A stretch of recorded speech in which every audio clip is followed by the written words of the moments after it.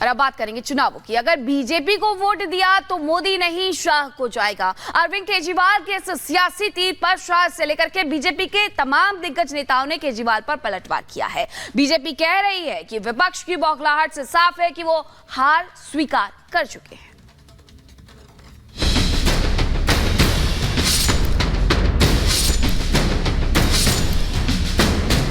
क्या विपक्ष स्वीकार कर चुका है कि आएंगे तो मोदी ही? क्या केजरीवाल भी मान चुके हैं कि जीतेगी तो बीजेपी ही? अगर ये तय है तो फिर क्या इंडिया अलायंस सिर्फ अपनी मौजूदगी के लिए चुनावी मैदान में है? बीच चुनाव इन सवालों के पीछे की वजह है केजरीवाल। हाँ, वही केजरीवाल जो एक दिन पहले तिहाड़ जेल से बाहर आए हैं। अंतरिम जमानत मिली है सिर्फ 21 दिनों की, और बाहर आकर सबने सोचा था अपनी पार्टी और गठबंधन को मजबूत करेंगे, लेकिन उनके एक बयान ने मानो मोदी की जीत पर मुहर लगा दी। वो मान चुके हैं कि फिर मोदी ही आएंगे, लेकिन शिगुफा छेड़ दिया कि मोदी की तीसरी पारी में पहले वो योगी को हटाएंगे और फिर खुद 75 साल के हो जाएंगे तो शाह को पीएम बना देंगे।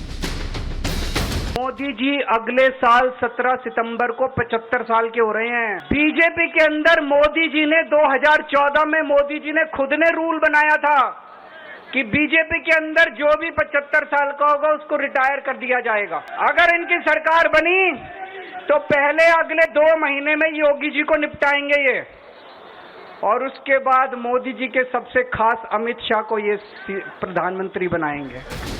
केजरीवाल ने दावा किया, शाह का नाम लिया और योगी के कंधे पर रखकर बंदूक चलाई, तो जवाब देने खुद अमित शाह उतर आए और केजरीवाल के एक एक दावे को खारिज कर खोखला साबित कर दिया।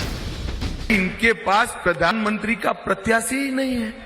एक पत्रकार ने उनको पूछा कि आपका प्रधानमंत्री कौन बनेगा, तो इन्होंने कहा एक एक साल बारी बारी बन लेंगे। आगे और भी सुनाएंगे कि शाह ने क्या क्या कहा है। पहले इसे समझिए कि केजरीवाल ने अपनी सियासत के लिए शाह को मोदी का उत्तराधिकारी घोषित कर दिया, मगर मोदी के सबसे बड़े दूत शाह ने उनकी कहानी को फ्लॉप कर दिया। इस बात पर एक बार फिर गौर कीजिए कि 51 दिनों में केजरीवाल ने तिहाड़ में एक स्टोरी बनाई और उसमें अपनी थ्योरी जोड़ दी। केजरीवाल की कहानी के मुताबिक मोदी तीसरा टर्म पूरा नहीं करेंगे। वो 1 साल बाद 75 साल के हो जाएंगे, तो 75 की उम्र में प्रधानमंत्री मोदी को रिटायर होना पड़ेगा।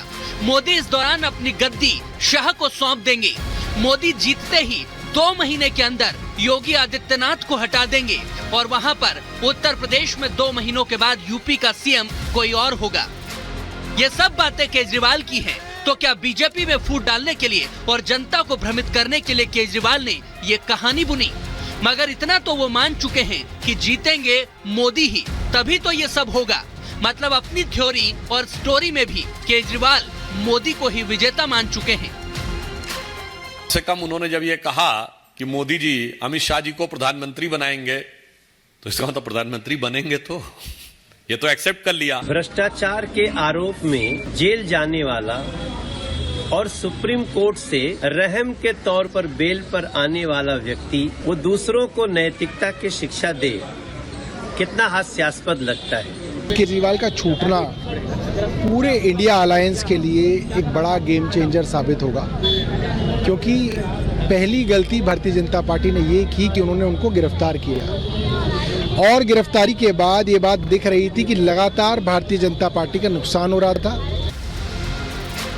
चुनावी मौका है तो सब सियासी दल अपने अपने दावे कर रहे हैं, मगर तिहाड़ से आने वाले केजरीवाल ने दिल्ली में रोड शो किया, अपनी पार्टी का प्रचार किया, मगर वो इससे पहले ही मोदी की जीत पर मुहर लगा गए, संभले और फिर बीजेपी को रोकने के दावे करने लगे।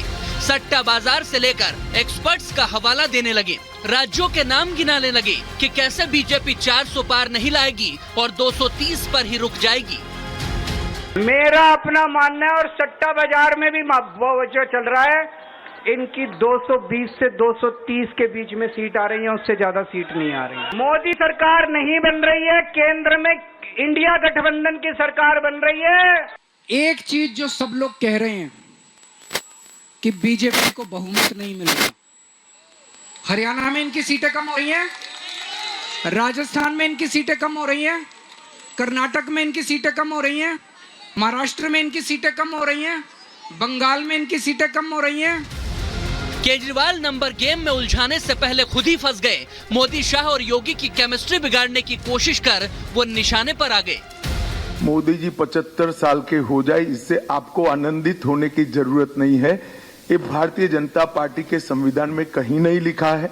मोदी जी ही ये टर्म पूरी करेंगे और मोदी जी ही आगे देश का नेतृत्व करते रहेंगे। चुनाव प्रचार करने के लिए 1 तारीख तक का बेल दिया गया है।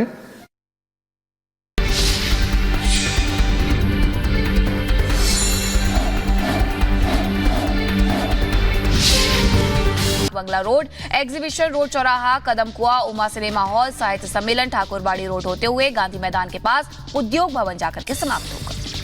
गृह मंत्री अमित शाह का आज यूपी में तूफानी चुनाव प्रचार रहने वाला है। यूपी के 3 जिलों में हुंकार भरेंगे अमित शाह। सुबह 11:30 बजे प्रतापगढ़ के हीरागंज में चुनावी सभा को संबोधित करेंगे। दोपहर 1 बजे के करीब अमित शाह रायबरेली में वोट की अपील करेंगे। गोंडा में बीजेपी प्रत्याशी के समर्थन में वोट की अपील भी करेंगे। हरियाणा के अंबाला में बीजेपी नेता अनिल विज ने केजरीवाल की जमानत पर कसा तंज कहा। जो जेल गया था वो मुख्यमंत्री अरविंद केजरीवाल गया था और जमानत सिर्फ केजरीवाल की हुई है। मुख्यमंत्री अभी भी अंदर है।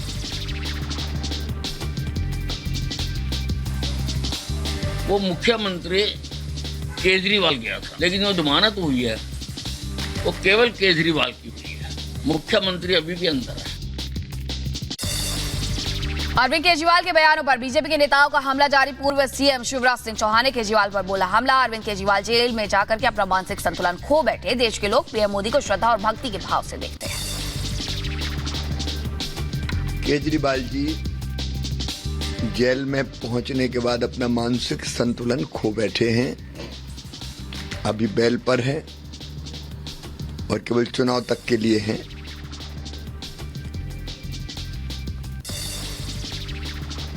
एमपी के सीएम मोहन यादव का बड़ा दावा का ऐतिहासिक जीत के साथ मध्य प्रदेश की 29 की 29 सीटें इस बार जीतेंगे। इंदौर मालवा मोदी में हुआ है। इंदौर ने अपने रिकॉर्ड तोड़ने का मन बना लिया है।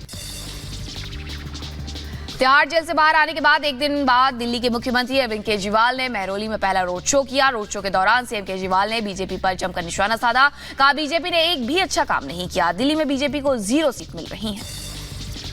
तिहाड़ जेल से बाहर आते ही एक्शन में सीएम केजरीवाल। आज सभी विधायकों की बुलाई बैठक। केजरीवाल के आवास पर जुटेंगे विधायक। माना जा रहा है कि आगामी दिल्ली लोकसभा चुनाव को लेकर के इस बैठक में रणनीति को लेकर के चर्चा होगी। दिल्ली में छठे चरण में 25 मई को मतदान होना है। सीएम योगी आदित्यनाथ आज यूपी के 3 जिलों में करेंगे तूफानी प्रचार। सीतापुर, बहराइच, अमेठी में जनसभा को करेंगे संबोधित। दोपहर 12 बजे के करीब सीतापुर में चुनावी रैली को करेंगे संबोधित। बहराइच में लोकसभा कैसरगंज की आयोजित जनसभा में वोट की अपील करेंगे। 3 बजे के करीब अमेठी में भरेंगे हुंकार। बिहार के बेगूसराय में सीएम योगी आदित्यनाथ ने बीजेपी प्रत्याशी गिरिराज सिंह के समर्थन में जनसभा को संबोधित किया। इस दौरान कांग्रेस और आरजेडी पर जमकर हमला बोला। कहा मजबूत सरकार में दुश्मन औकात में रहते हैं।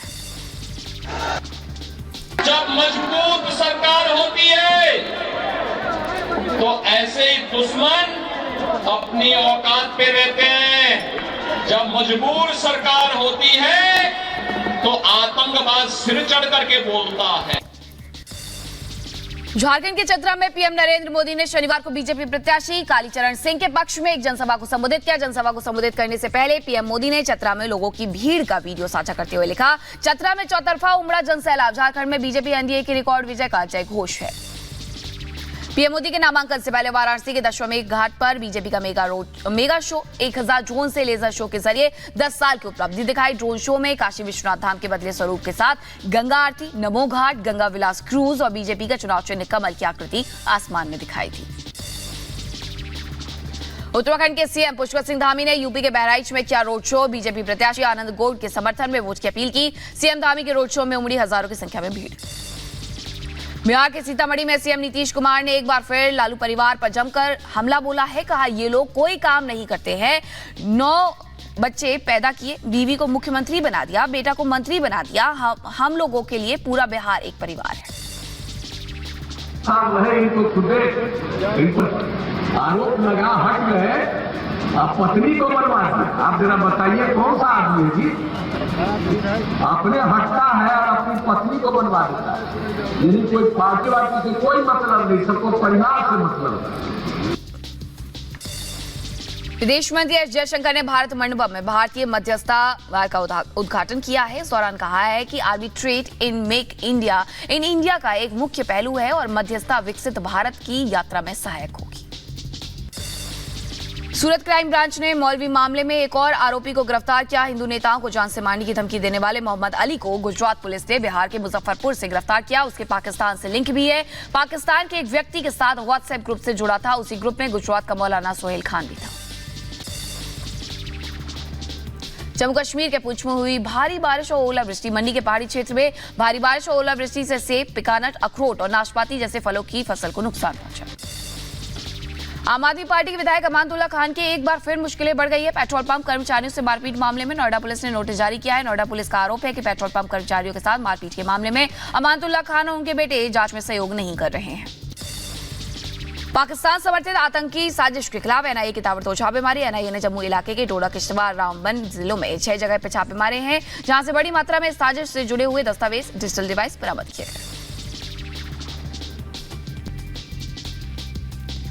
और वहीं आपको बताएं, जम्मू कश्मीर पुलिस ने 5 आतंकवादियों के स्केच जारी किए हैं। इन आतंकियों ने उधमपुर जिले के बसंतगढ़ इलाके में पाकिस्तान से घुसपैठ की। बसंतगढ़ मुठभेड़ मामले में पुलिस ने एक आतंकी मददगार को गिरफ्तार भी किया है। पुलिस ने 5 आतंकियों की सूचना देने वाले को 5 से 10 लाख रुपए देने की घोषणा की। गौतम बुद्ध यूनिवर्सिटी के वाटर टैंक में मिले अज्ञात महिला के शव की हत्या का खुलासा। मां और बेटा गिरफ्तार, दोनों ने मिलकर रची थी हत्या की साजिश।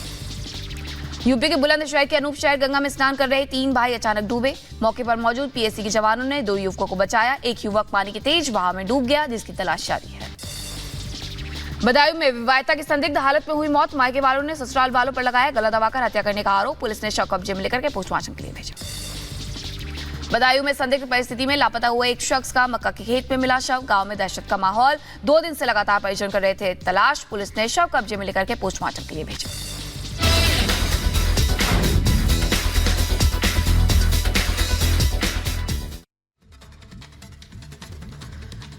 और अब आपको एक ऐसा वीडियो दिखाते हैं जिसमें एक डॉगी आराम से कार से डैशबोर्ड पर सो रहा है। डैशबोर्ड पर सोने में कितना मजा आता है, इसका अंदाजा आपको वीडियो देख करके हो जाएगा।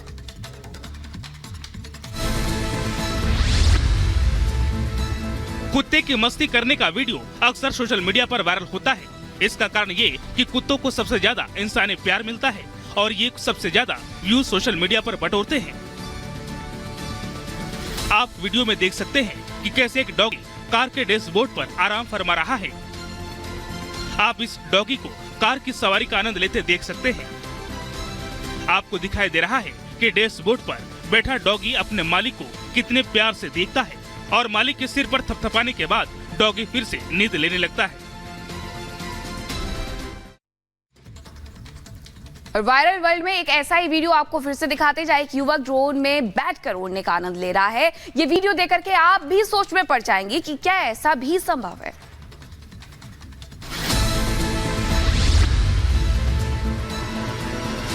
कभी ये सोचना भी कि कार हवा में उड़ेगी या फिर एक छोटी सी हेलीकॉप्टर जो हमारे छतों पर उतरेगी, एक सपने की तरह था।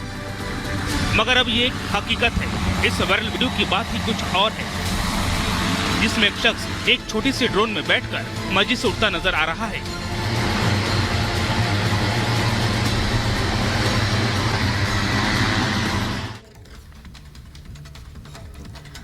पांडा के बच्चे का एक क्यूट वीडियो